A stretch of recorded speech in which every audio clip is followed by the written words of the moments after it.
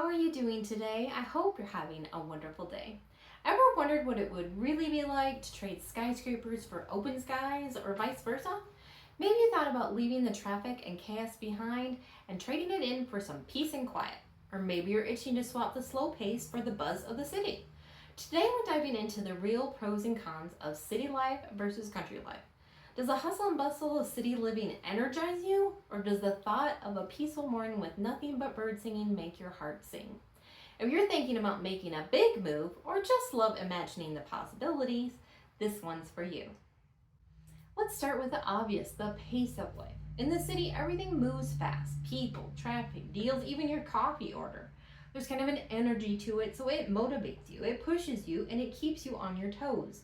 It's a 24/7 buzz that can be incredibly exciting or stimulating, but it also could be overwhelming. Now the country, it's slower. Not in a bad way, just more intentional. There's a tranquility that many city dwellers can only dream of. You're not rushing from point A to point B. You're taking the scenic route, literally and figuratively. If you're someone who craves calm over constant motion, country life might feel like a deep breath and a fresh air. Now, the hardest adjustment I think when I moved down here was this slow pace of life, because there's not really anything you can do about it. You can't make people move faster. That's what I try to tell people when they come here. It's just the way it is. Businesses don't open till 9 o'clock. Restaurants aren't open on Sunday night. It just isn't going to happen, and they'll get to it when they get to it. Here's where things get real. Your wallet. City living tends to come with a higher price tag, rent, groceries, parking, everything, because we don't charge for parking usually here. But with that comes access. You have more jobs, more services, more stuff at your fingertips, and that can make everything higher cost. But if you're getting a higher paying job, it's easier to pay those higher expenses. And if you lose your job, it's easier to go find another one. So there's definitely pros to living in the city. But in the country, your dollar's gonna stretch way further. You might get acres instead of just square feet in your lot. And your mortgage doesn't make your jaw drop. Think bigger homes, more land, and a generally lower cost for everyday essentials. Now, of course, inflation has changed some of that to equal out over the country, but depending on where you are, job options may be fewer and farther between also. It's kind of trade-off for more space, less expensive, but potentially fewer options right outside your door. And this can often mean traveling a little farther for things that you once had in the city, or paying for shipping. You know, a lot of things you can get on Amazon, and many companies will ship to you whatever you were going to go to into the store and get. And it actually might save you money because you go for one thing and buy that one thing instead of the 10 things that you pass on the way to it. And as far as finding things that you are expecting to locally and they're not available, usually you can pretty much get to what you're looking for maybe an hour away between Mountain Home and Jonesboro and Batesville. But we do have building supply companies here like B&B Supply, and so there are options available, just not with the big chains. And I've done another video about that with like mom and pop stores in our area.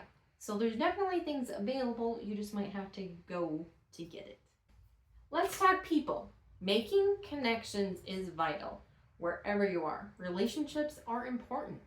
In the country, there's a good chance that you're going to know your neighbor by name, by story, maybe even by what pie they brought over last night.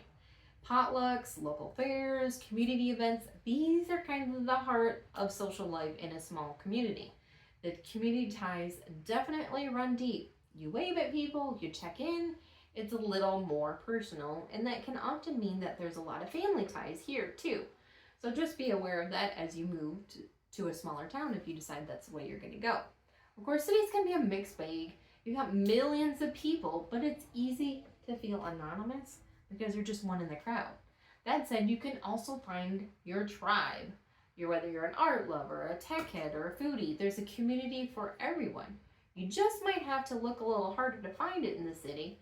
Making those deep, lasting connections can take effort. Now here in our area, there are plenty of club opportunities to find your tribe. Now there could be more variety in the city, but you also may have to look harder while you're here in the small town area because it might not be in your town, but it might be in that town over there. So there is a lot of communities available, anything from arts to ham radio to the gem club, So it's definitely an opportunity in both areas. You're just going to get a little bit different twist. If you're one of those people that goes to the Thai restaurant at midnight, you're probably going to find that in the city. Maybe even a specialty gym, a live concert on Tuesday, or a doctor that specializes in your need. That's probably going to be pretty close in the city. They are definitely the king of convenience. But in the country, options can definitely be limited. You might need to drive 30 or 60 minutes for a good latte or wait a week for an Amazon package. It's not impossible, it just requires a little more planning. And that is one thing I know about the city. Like, I just ordered something from Amazon today and they said they were going to get it tomorrow. And I know there's areas where with Amazon you can even get it the same day. But that's not going to happen here. I don't even think we get things from 2 days from Amazon anymore since COVID happened. So it's something that you have to be aware of. Again, it kind of goes along the line of everything's slower here. We're kind of the last one to know about things that are going on in the rest of the world. So just that you're aware of that. And as far as like entertainment, you're more likely to find a backyard bonfire than a concert to attend to, or there's lots of restaurants that are open late in the evening, so it might be a little bit harder for you to come by. So you have to really decide what's more important to you, that instant access or intentional living. What do you think would matter more to you? Nature and environment can really be a game changer for a lot of people. In the country, nature isn't something that you visit, it's your backyard. Fresh air, starry skies, trails, rivers, it's all right there. If you're someone who finds peace in the silence and joy in the green spaces, it's paradise.